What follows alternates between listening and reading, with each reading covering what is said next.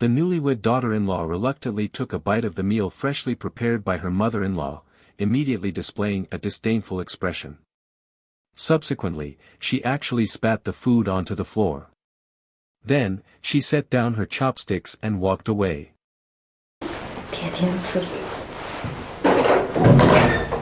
Facing this situation, the mother-in-law could only sigh helplessly on the side, not daring to say a word.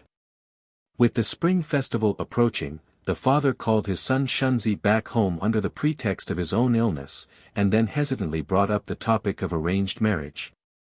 It turned out that Shunzi's aunt had arranged a match for him in their village. The girl was good-looking, and Shunzi's parents were very satisfied. Given that most younger people several years younger than him in the village were already engaged or married, his parents were anxious. Obviously, Shunzi was not very willing to go along with it, but unable to resist his parents' persuasion, the filial son reluctantly agreed.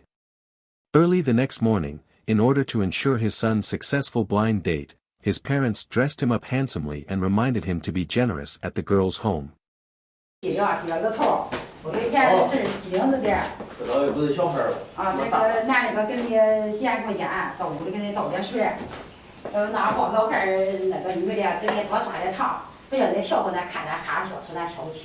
In rural matchmaking, girls are in high demand, and several boys are meeting them.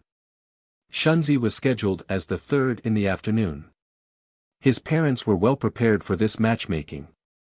They borrowed a car in advance and briefed him on all the procedures. At the girl's house, Shunzi behaved very politely. He lit cigarettes upon meeting the parents, leaving a good impression.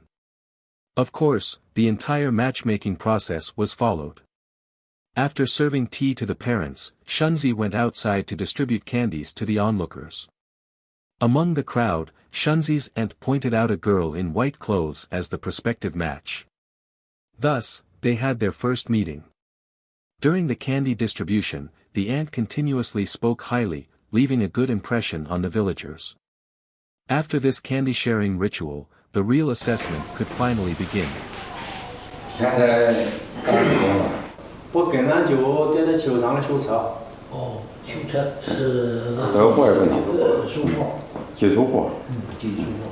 Seeing that the parents all have high hopes for this industry, Shunzi quickly added.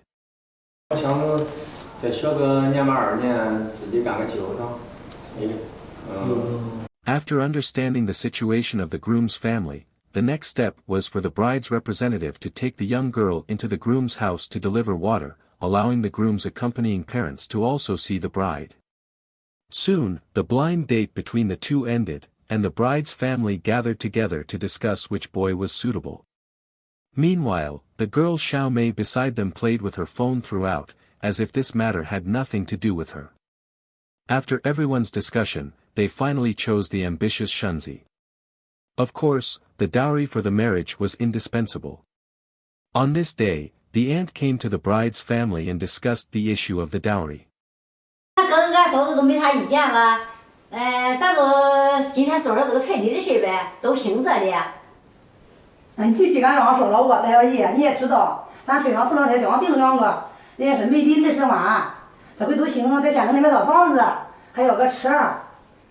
Faced with such a high dowry, Auntie initially intended to negotiate for a lower amount, but unexpectedly, Xiaomei's mother firmly refused to budge. She even remarked that there were plenty of suitors lining up to marry her daughter, so they didn't need many people asking for her. The discussion about the dowry ended in discord. As Xiaomei's mother strolled out, she didn't spare a glance at the slogan, "Strictly prohibit inflating dowry," being displayed nearby, making this moment particularly ironic. For Shunzi's family, who make their living from farming, this 200,000 yuan dowry was undoubtedly a sky-high sum. 房子最后这样谈的姐姐，他说暂时可以不买，过后必须得买。他家可不是这么想的，他说咱这一辈都是庄稼人，他也想让他闺女过得比咱好。 Although the hefty bride price left them both distressed and furious, in order to avoid becoming a laughingstock in the village, they decided to borrow money from relatives and friends to gather the initial 200,000 yuan. But just as they raised the sum, the bride's family insisted on buying gold rings, earrings, a necklace, a 12,000 yuan change of heart fee, and a 40,000 yuan door opening fee before they discuss further. Helpless, and to avoid ridicule for being unable to afford his son's marriage, the father was forced to sell all the grain at a lower cost, and borrow money from neighbors. Eventually, having gathered sufficient funds, the villagers were also heard discussing the circumstances of Shunzi's family.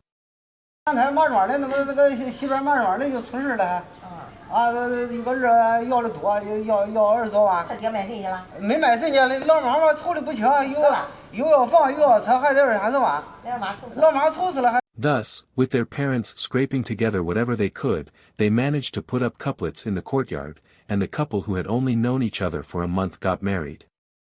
However, not long after the wedding, conflicts arose.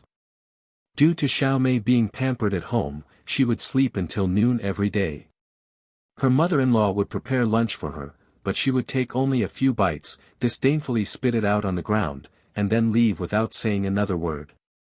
Tears welled up in her mother-in-law's eyes, but she dared not utter a single word. It should be noted that in order to marry this daughter-in-law, the Shunzi family sold off everything they owned, and even racked up a ton of debt. Yet this meal, consisting of both meat and vegetables, was already the highest standard of food in their household. After all, her father only ate a steamed bun and a plate of vegetables before heading out to work in the morning.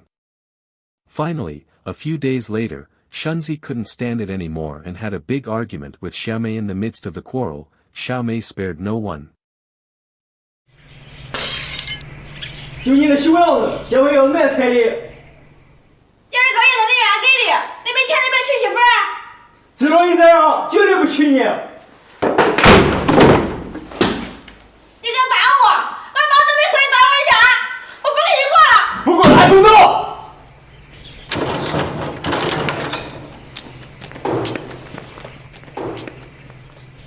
And so, Xiaomei ran home crying to tell her mother. Upon hearing the news that her daughter was being bullied, the mother became instantly furious, not sorting out who was right or wrong, and launched a barrage of insults at Shunzi.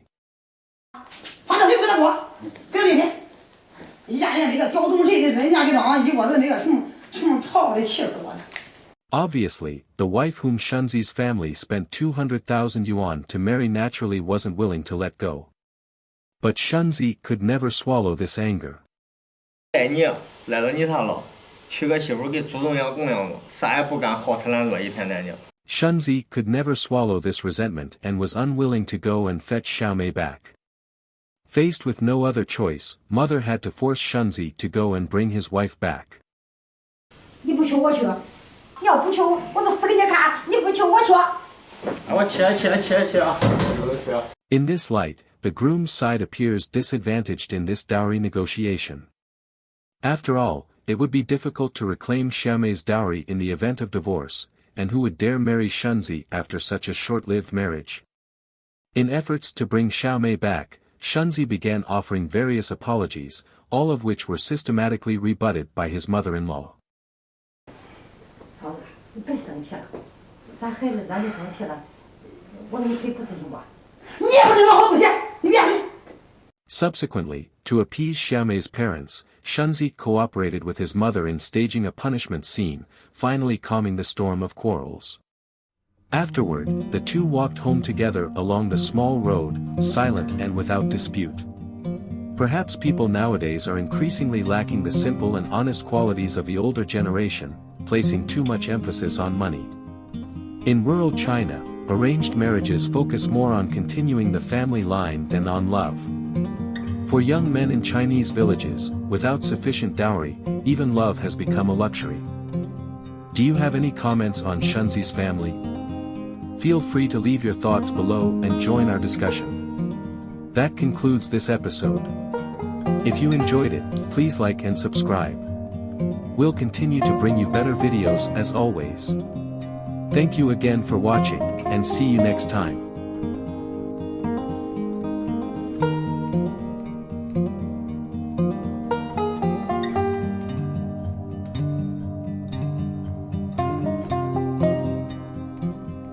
了。